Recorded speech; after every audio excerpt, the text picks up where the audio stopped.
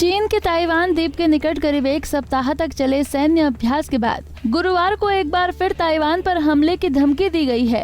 वहीं इस बीच ताइवान ने स्वशासी लोकतंत्र के बारे में चीन के दावों को ख्याली पलाव करार देते हुए खुद भी सैन्य अभ्यास शुरू कर दिया है। तो इस पर चीन ने कहा कि ताइवान की आजादी का उनका सपना कभी भी पूरा नहीं होगा। आपको बता दें कि चीनी विदेश मंत्रालय के प्रवक्ता वांग वेनबिन ने मीडिया को संबोधित करते हुए कहा, स्वतंत्रता के लिए बाहरी ताकतों के साथ मिली भगत और उकसावे में आने से ताइवान केवल अपनी तबाही को न्योता देगा और उसे शह देने वालों का भी जल्द खात्मा हो जाएगा। इसके साथ ही वांग वेनबिन ने संवाददाताओं से कहा कि ताइवान की आजादी का उनका सपना कभी पूरा नहीं होगा और राष्ट्रीय हितों पर कुठाराघात करने का कोई भी प्रयास पूरी तरह से विफल हो जाएगा। अब इसी के साथ आपको हम बताना चाहेंगे कि दरअसल ताइवानी जनता को इस तरह से डराने धमकाने का चीन का ये प्रयास और ताइवान द्वीप के लिए नाकेबंदी करने और संभावित हमले की रणनीति अमेरिकी प्रतिनिधि सभा के अध्यक्ष नैन्सी पेलोसी की पिछले हफ्ते हुई ताइपे की यात्रा का परिणाम है। उसके बाद से ही चीन ने स्थानीय भौगोलिक क्षेत्र में अपनी कठोर आक्रामकता से पूरी दुनिया में सनसनी मचा रखी है। अब इस बीच अमेरिका, जापान और अन्य सहयोगी देशों ने एक बयान जारी करके ताइवान की सीमा के चारों ओर चीन के सैन्य अभ्यास की आलोचना की है। वहीं अगर बात करें तो ताइवान ने कहा कि चीन ने पेलोसी की यात्रा को ताइपे के साथ दुश्मनी बढ़ाने, ताइवान जलडमरू मध्य में पक्षपात्र दागने के तौर पर इस्तेमाल किया है।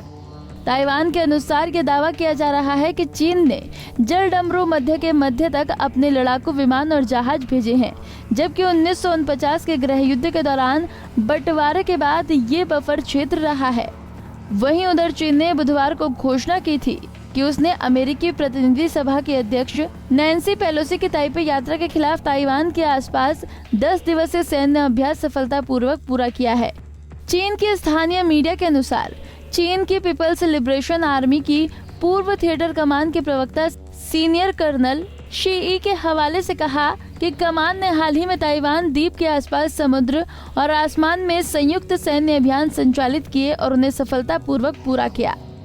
अब अगर बात करें तो यहाँ पर गौरतलब है कि जब से अमेरिकी प्रतिनिधि सभा के अध्यक्ष नैन्सी पेलोसी ने ताइवान की यात्रा की है, तब से चीन बिल्कुल बौखलाया हुआ है। आपको बता दें कि लगभग 25 वर्ष के बाद अमेरिकी प्रतिनिधि सभा के किसी वर्तमान अध्यक्ष की ये पहली ताइवान यात्रा थी।